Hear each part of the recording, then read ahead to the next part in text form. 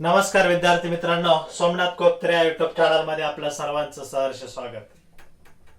इयत्ता 5वी स्कॉलरशिप मार्गदर्शन वर्ग यामध्ये आज आपल्याला गणित या विषयातील दुसरं प्रकरण जे आहे ते म्हणजे 10 अंकापर्यंतच्या संख्यांचं वाचन नेमकं कसं करतात आणि त्याच्यावरती असलेला जो काही स्वाध्याय आहे तो स्वाध्याय आपल्याला या ठिकाणी आज सोडवायचा आहे. स्वाध्याय 2.1 सोडवायचा आहे.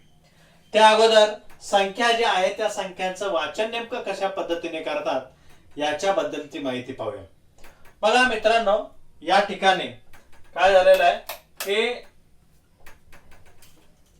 एक संख्या आपल्याला दिलेली आहे आणि त्या संख्येचं वाचन करायला सांगितलेलं आहे. ती जी काही संख्या आहे ती एकूण 10 अंकी संख्या आहे. किती संख्या आहे? 10 अंकी संख्या आहे. आता ही जी संख्या आहे ही संख्या आपल्याला काय करायला पाहिजे, त्या स्थानांमध्ये मांडून घ्यायला पाहिजे. आता बघा, एकक स्थान कोणतं आहे? 9. ठीक आहे.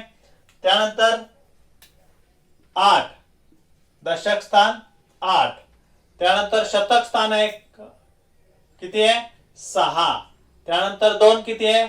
हजार स्थानी आहे. 5 हा 10,000 स्थानी आहे. त्यानंतर 1 हा लक्ष स्थानी आहे. त्यानंतर 3 हा दशलक्ष स्थानी आहे. 5 हा कोटी या स्थानावर आहे. 7 हा 10 कोटी या स्थानावर आहे आणि 4 हा अंक अब्ज या स्थानावर आहे. म्हणजे तुम्हाला त्या संख्येतील अंकांचं स्थान जे आहे ते स्थान लक्षात येणं अपेक्षित आहे. लक्षात आलं का? महत्वाचा मुद्दा, त्या दिलेल्या संख्येतील स्थान जे आहे ते महत्वाचं आहे. बघा, एकक, दशक, शतक, हजार, 10,000, लक्ष, दशलक्ष, कोटी, दशकोटी आणि अब्ज या पद्धतीनं हे स्थान आपल्याला लक्षात ठेवणं गरजेचं आहे. मग काय होणार आहे? ही संख्या 4 अब्ज 75 कोटी 31 लक्ष 52,689. लक्षात आलं का तुमच्या? बघा, 4 अब्ज, ह्या 2 चा गट आहे. पहिल्यांदा हा 3 चा गट घ्यायचा, नंतर 2 चा गट घ्या, नंतर 2 चा गट घ्या, नंतर 2 चा गट घ्या आणि मग शेवटी कितीचा गट राहिलेला आहे? 1 चा गट राहिलेला आहे.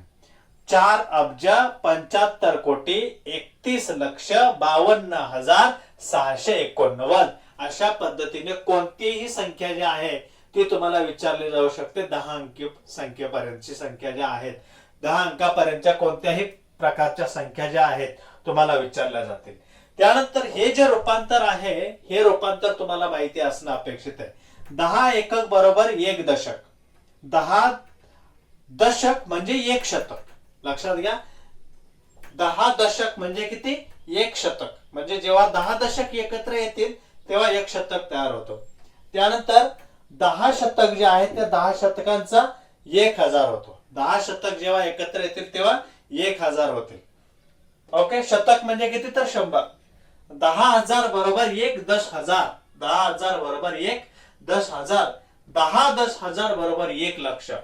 लक्षात घ्या, 10 10,000 बरोबर 1 लक्ष आणि 10 लक्ष बरोबर 1 दशलक्ष आणि 10 दशलक्ष बरोबर 1 कोटी.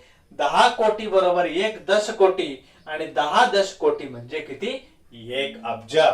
ओके, लक्षात आलं? हे जे रूपांतर आहे हे महत्वाचं आहे. हे रूपांतर व्यवस्थित लक्षात घ्या, कारण यावर बरेचसे जे काही भाग आहे तो अवलंबून आहे. ओके. नेक्स्ट बघा, स्वाध्याय 2.1 जो आहे तो स्वाध्याय 2.1 पुढील व्हिडिओ मध्ये आपल्याला अभ्यासायचे.